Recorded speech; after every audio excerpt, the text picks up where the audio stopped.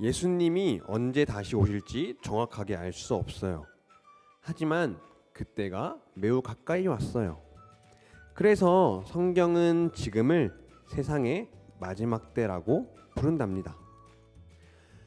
성경에서는 그때가 되면 사람들이 하나님을 사랑하는 대신 세상을 사랑하고 예수님 뜻이 아니라 자기 뜻대로 살고 싶어 할 거라고 말씀했어요. 요즘 사람들을 보면 온통 먹고 입고 보고 놀고 즐기는 것에 마음이 빼앗겨 있어요. 하나님 생각을 안 하고 사는 사람들이 많죠. 어린이나 어른이나 할 것 없이 다 그렇답니다. 이런 때는 시간이 빨리 흘러가는 것처럼 느껴져요. 그래서 자기도 모르는 사이에 시간을 낭비하게 되죠. 흘러간 시간은 돌아오지 않는데 말이에요. 여러분은 시간은 정말 아끼고 있나요? 보람 있는 일에 시간을 쓰고 있나요? 사람의 일생은 마치 편지를 쓰는 것과 같아요. 한 시간은 한 글자고 하루는 한 문장입니다. 1년은 한쪽의 글이고 10년은 한 꼭지의 원고이고 일생은 한 권의 책이랍니다.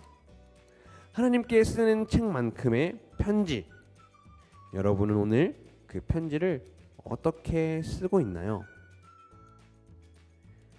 그러므로 여러분은 어떻게 살아야 할 것인가를 조심스럽게 살피고 지혜 없는 사람이 아니라 지혜 있는 사람처럼 시간을 아끼십시오. 이 시대는 악합니다.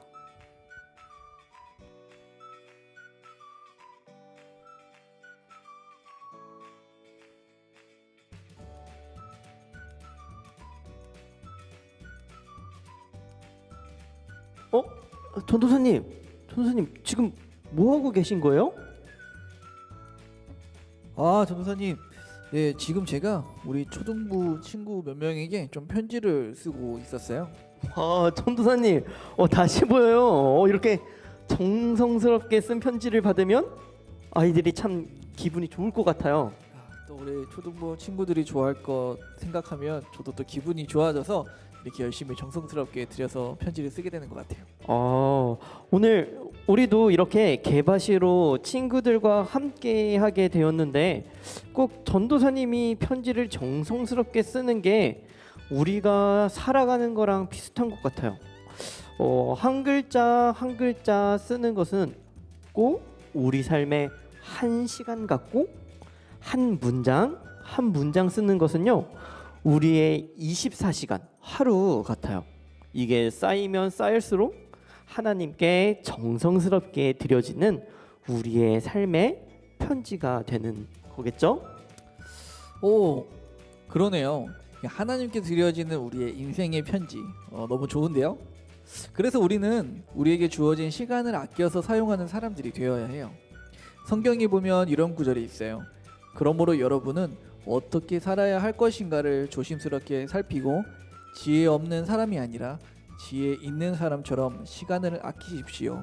이 시대는 악합니다. 라고 에베소서 5장 15절에서 16절에 이렇게 나와 있어요.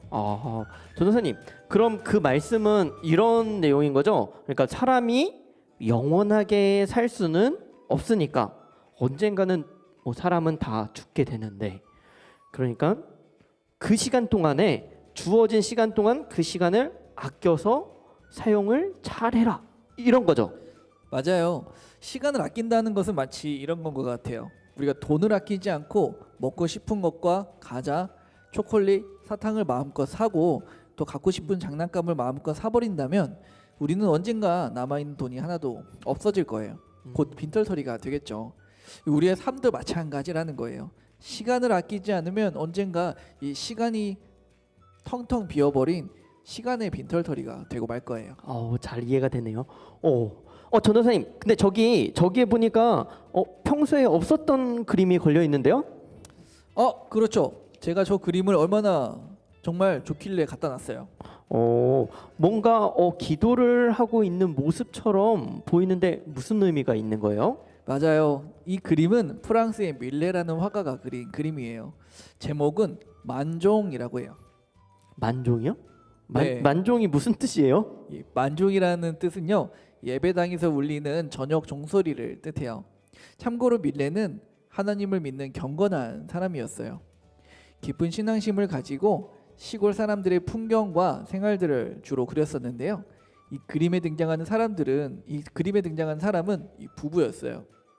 이 부부는 그날 감자밭에서 감자를 캐고 있었고, 또 그리고 저녁이 되자 예배당에서 울리는 그 종소리가 들렸어요.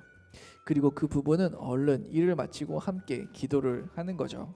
와, 그래서 이런 아름다운 그림이 됐네요. 그러면 이 그림은 결국 이 부부가 하루 동안 열심히 일하고 기도하는 사람들이었던 거네요.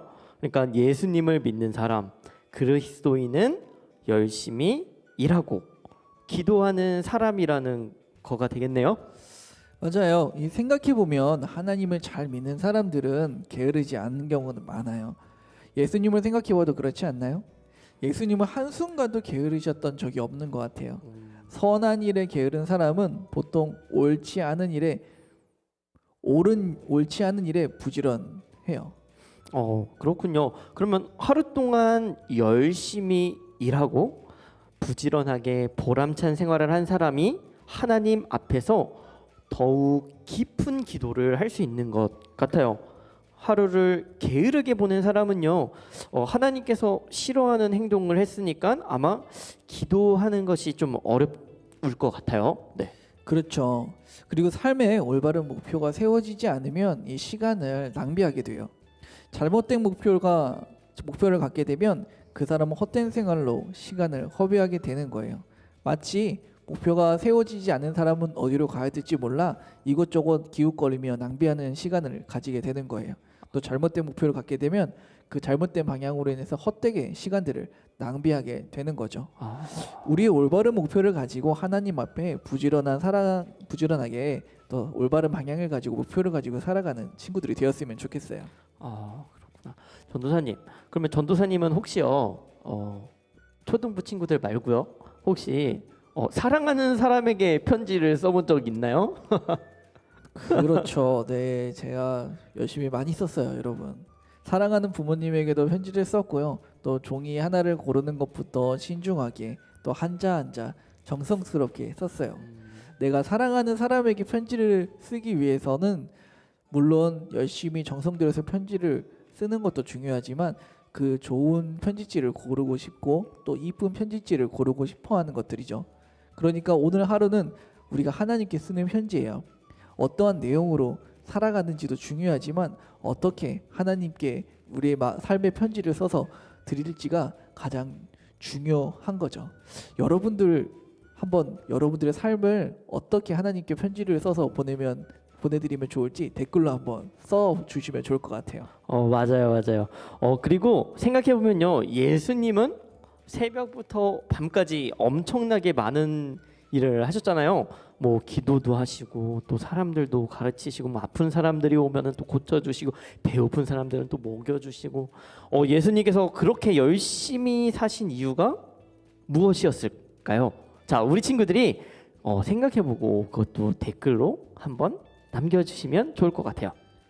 네, 예수님이 그렇게 부지런하게 사셨던 것처럼 한순간도 시간을 낭비하지 않으셨던 것처럼 우리 열린교회 친구들도 그렇게 살았으면 좋겠습니다. 네, 너무 좋은 것 같아요. 자, 그러면요, 우리 시간이 벌써 많이 지난 것 같아요. 너무 아쉬워요. 네, 15분이라는 시간이 너무나도 짧은 것 같은데요. 그러면은 우리 오늘은 여기까지 하고 다음 주에 만나면 좋을 것 같아요. 네, 그러면 우리 친구들에게 인사할까요? 네, 여러분 다음 주에 다시 만나요. 안녕.